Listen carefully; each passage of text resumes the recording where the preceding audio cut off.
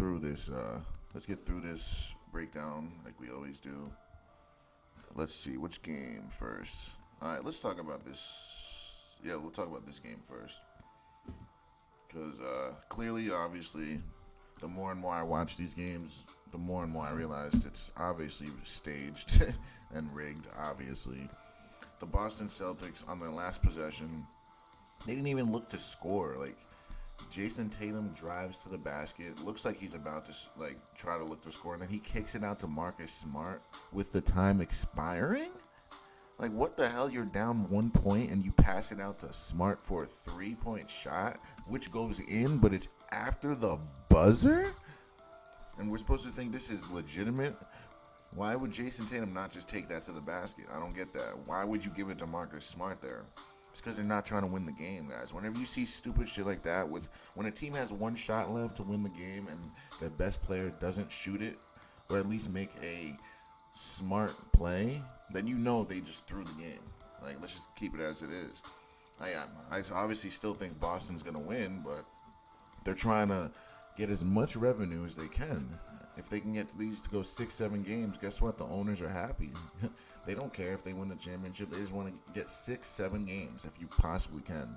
And the public will all believe it because the public, they think this stuff is real. It's legitimate. If they knew this stuff was fake, they wouldn't be supporting it like this, and therefore we'd be seeing more realistic basketball if people didn't eat this shit up. But there's no way the Boston should have lost this game. 6. They went 6 deep. Again, double digits. Most teams aren't doing that in playoffs, but they're doing it, and they still lost. They went 6 deep, double digits, but can only play 8 usually. That's the only issue. They can only play 8, but they get double digits pretty much out of all of them when they want to. Usually 6 out of the 8, but if they really wanted to, they can get 8 out of the 8. But this is going to be haunting them. If they play Miami, I don't think they can match up well against Miami or any of the 4 teams left in the West. So, I mean, I don't think the East is winning the championship, guys. I think we can all agree it's going to be in the West. But we also can agree that the Celtics did not try to win this game last night.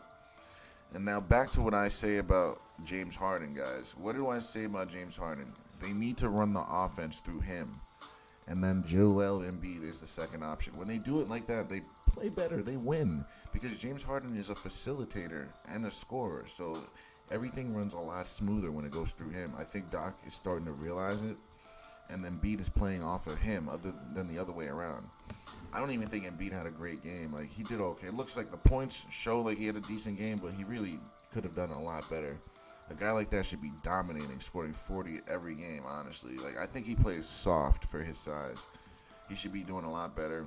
They need more out of Tobias Harris. They need a little more out of him. PJ had a really impactful game. It doesn't show on the stats, but PJ is one of those players that the shit that he does to help your team will never show up, but it's invaluable. Tyrese Maxey, he's got that speed. They got nothing out of Melton. Yeah, I mean, they only won because they were at home, you know. And the NBA wants to stretch these games. No way Boston should have lost this game, but at the same time, Philly had a double-digit lead and squandered it. So Philly had their foots on their throats and just couldn't put them away, which is why I won't be able to trust Philly going forward. And also Joel, we don't know what he's going to do next game. He rarely has great back-to-back games and back-to-back-to-back games. So same with him and AD. So we'll see what Anthony Davis does tonight.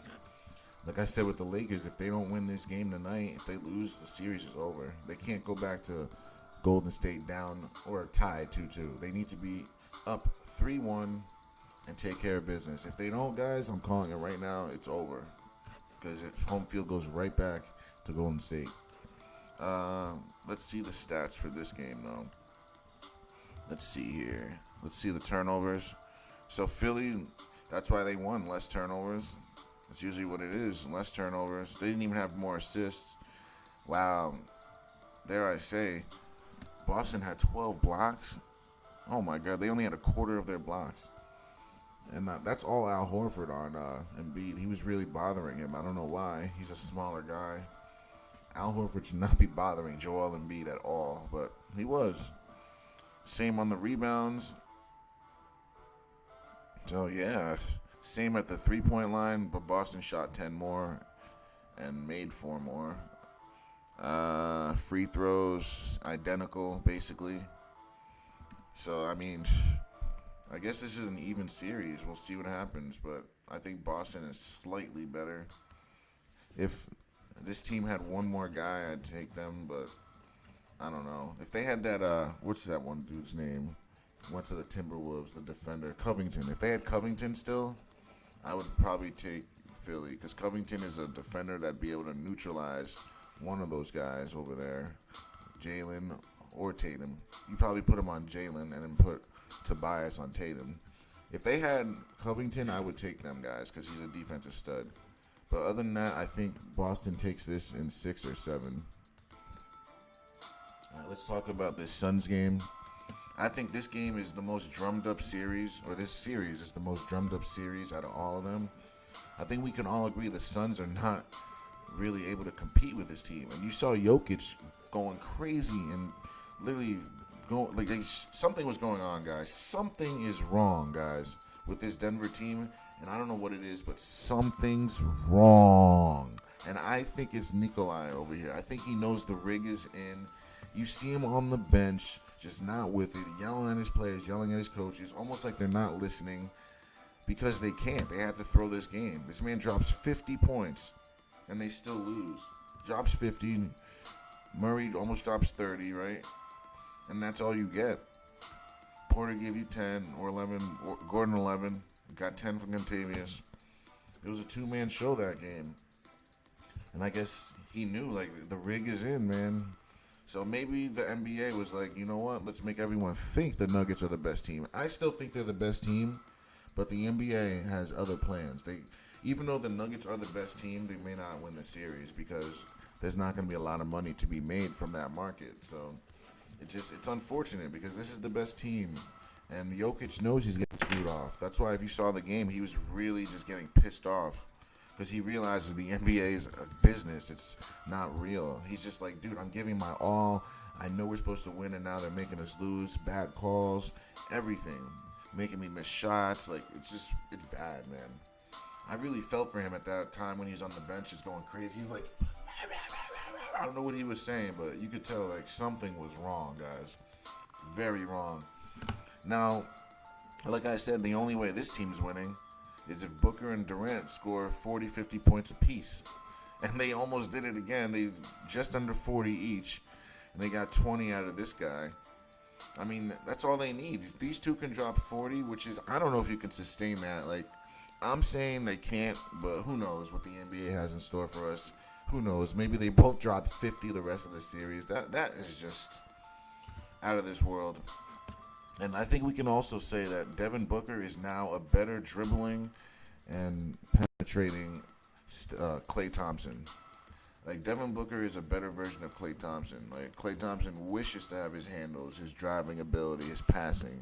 I think Devin Booker is now better than Klay Thompson. I think we can agree on that. Klay Thompson is more of a spot-up shooter. He can get to the basket sometimes, but he's not known for his quickness and his grit like that. So, I mean, I would probably take Booker over him, guys. But, I just don't know. Can the Suns sustain this? 36 apiece isn't bad, but can they score 40 apiece and plus and keep it going? That's the question. If they can do that, then they have a chance.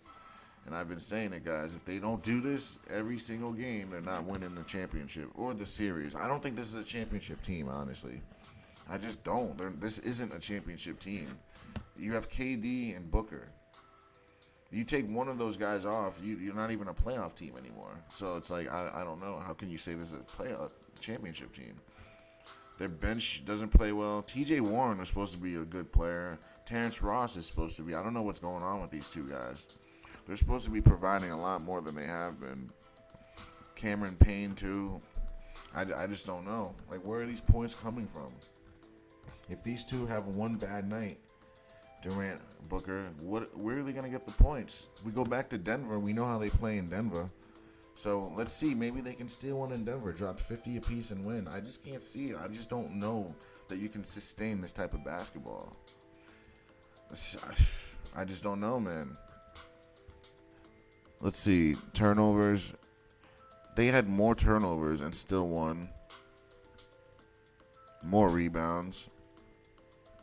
Let's see. 3-point shot. They shot the three much better. They made 6 more, but shot 7 more.